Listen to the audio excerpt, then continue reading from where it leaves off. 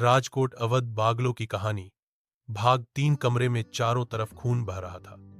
दीवारें खुद ब खुद हिल रही थीं और झूला हवा में जोर जोर से झूल रहा था। रानी पद्मिनी की आत्मा कमरे में मंडरा रही थी। उसकी आंखों से आग निकल रही थी। श्रुति ने कांपते हुए कहा, हमें यहां से निकलना होगा, वरना हम भी मनन की तरह यहीं फंस जाएंगे। पुरानी किताब और तंत्र मंत्र। जिग्नेश ने देखा कि कमरे के कोने में एक पुरानी किताब पड़ी थी जिस पर लिखा था मोक्ष ग्रंथ। उस किताब में लिखा था कि रानी पद्मिनी को मोक्ष तभी मिलेगा जब कोई उसकी अधूरी चिता को जलाकर उसकी आत्मा को मुक्त करेगा।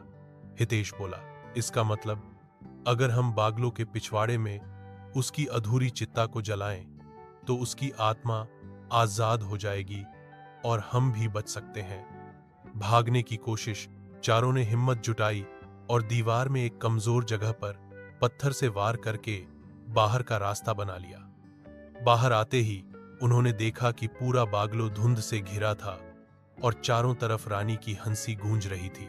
किसी तरह पिछवाड़े पहुंचे जहां सूखी लकड़ियों का ढेर और अधूरी चिता अब भी थी। आत्मा का आखिरी हमला।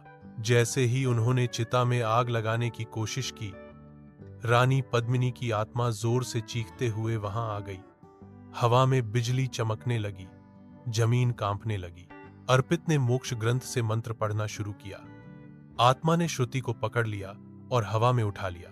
आखिरी फैसला। अर्पित ने हिम्मत करके मंत्र पूरा पढ़ा और जिग्नेश ने चिता में आग लगा दी। तेज लपटें उठीं और रानी की आत्मा चीखती हुई जलने लगी। उसकी चीख इतनी भयानक थी कि कान फटने लगे। पूरा अवध बागलो हिलने लगा, दीवारें गिरने लगीं। आखिरकार रानी पद्मिनी की आत्मा जलकर राख हो गई। मनन की आत्मा मुक्त। आग की लपटों में मनन की आत्मा भी दिखाई दी, जो अब शांत मुस्कुरा रही थी।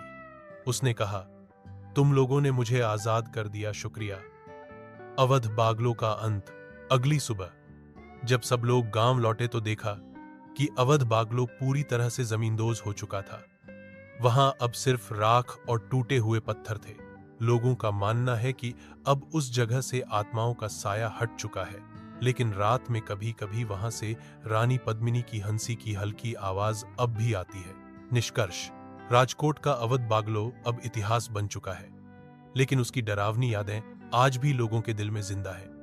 कभी कभी हिम्मत करना जरूरी होता है, पर अंधविश्वास और सच्चाई में फर्क समझना भी उतना ही जरूरी है।